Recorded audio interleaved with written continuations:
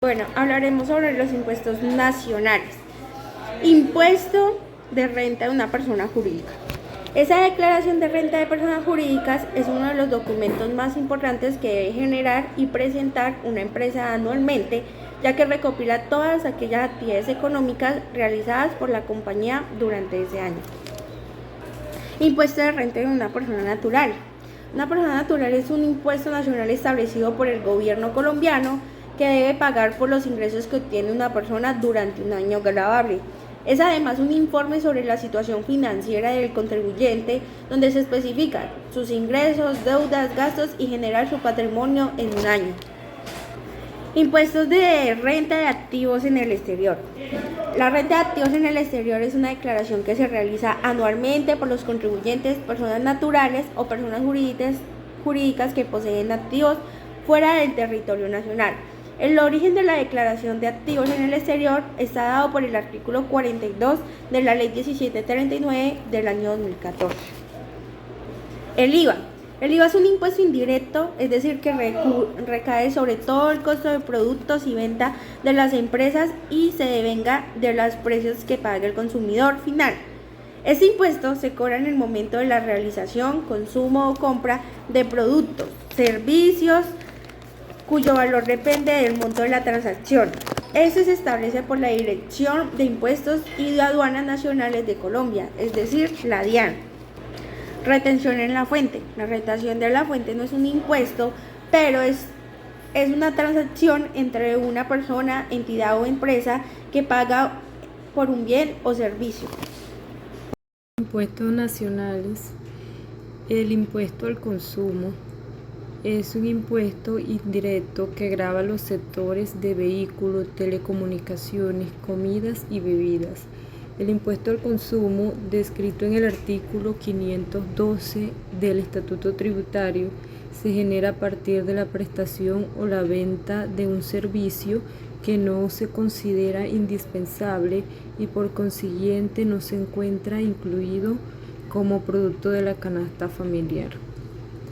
Se causa por tres tarifas. La tarifa del 4% para los servicios de telefonía móvil, el 8% para restaurantes y bares, vehículos tipo familiar y camperos, motocicletas, yates y demás barcos y embarcaciones de recreo o deporte, barcas de remo y canoas, y el 16% para globos y dirigibles, planeadoras, helicópteros, aviones y vehículos espaciales. El impuesto al timbre grava los documentos públicos y privados en existencia de obligatoriedad y en los cuales se realiza ajustes o modificación al documento. Contribuciones especiales, 4 por mil. El 4 por mil, o también llamado gravamen al movimiento financiero, es un atributo que se debe pagar cada vez que se realiza una transacción financiera. Como su nombre lo indica, se trata de pagar 4 pesos por cada 1.000 pesos del movimiento financiero que se realice. Se cobra por retiros en ventanilla, cajeros automáticos, cheques de gerencia y transferencias bancarias. El impuesto al patrimonio. El impuesto al patrimonio fue sustituto del impuesto a la riqueza, creado por la Ley 1739 del 2014, que se cobró hasta el 2018. Y para el 2022 no existe el impuesto y tampoco a la riqueza. Y vamos a hablar de los impuestos departamentales. Los impuestos departamentales, como su nombre lo dice, son impuestos que solamente vienen a esos lugares, como por ejemplo el Valle, o como por ejemplo Bogotá, Cundinamarca, o por ejemplo Antioquia.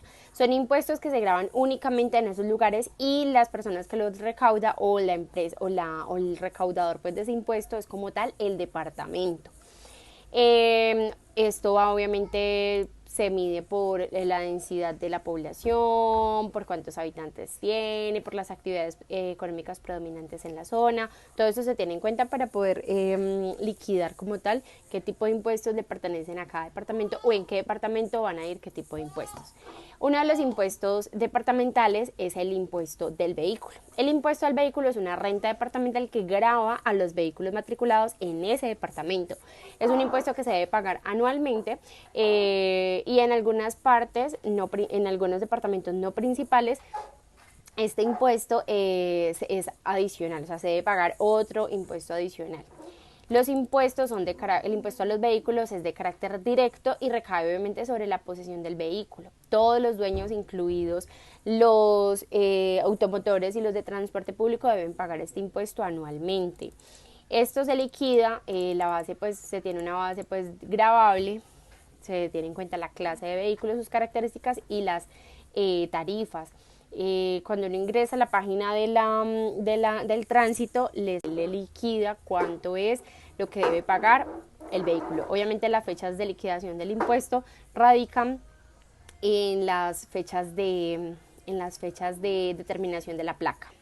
Otro de los impuestos departamentales es el impuesto al consumo de licores, cervezas y cigarrillos. Este impuesto se creó con la condición, o sea, se creó pues para que las personas no ingirieran este tipo de productos. Este impuesto es una declaración y el pago al productor o al importador de estos productos, los cuales pues es como para desestimular el consumo. Son responsables del impuesto los importadores y los distribuidores solidariamente. Además son responsables directos del impuesto los transportadores y los expendedores al detalle. Se liquida, se paga obviamente también en cada departamento. Y es como, digamos, como un impoconsumo, pero el impoconsumo al cigarrillo, al licor y pues obviamente a las cervezas como tal. Hay otro impuesto que es el impuesto al monopolio. En este caso, según la ley, uno de los monopolios a considerar es de la industria de licores, ya sea la producción y la distribución del mismo, por lo que está gravado por el impuesto de monopolio. Esto aplica tanto para los licores nacionales como para la distribución de los licores extranjeros. En Colombia tenemos en cada departamento, por ejemplo, licores del Valle, licores de Antioquia, que es los que se encargan obviamente de fabricar y de comercializar estos productos de consumo. Hola, cordial saludo. Mi nombre es Marly Molano. Les voy a hablar de 4 de las rentas departamentales. Primero es el impuesto de registro departamental y este dice que es el pago que genera por la inscripción de documentos que contengan contratos, actas, declaraciones o decisiones jurídicas y en este se deben registrar en las oficinas de instrumentos públicos o cámaras de comercio. Esto lo paga el vendedor del inmueble cuando son persona natural y su base gravable está constituida por el 50% del valor incorporado en el documento. Del segundo que les voy a hablar es el impuesto a la sobretasa a la gasolina.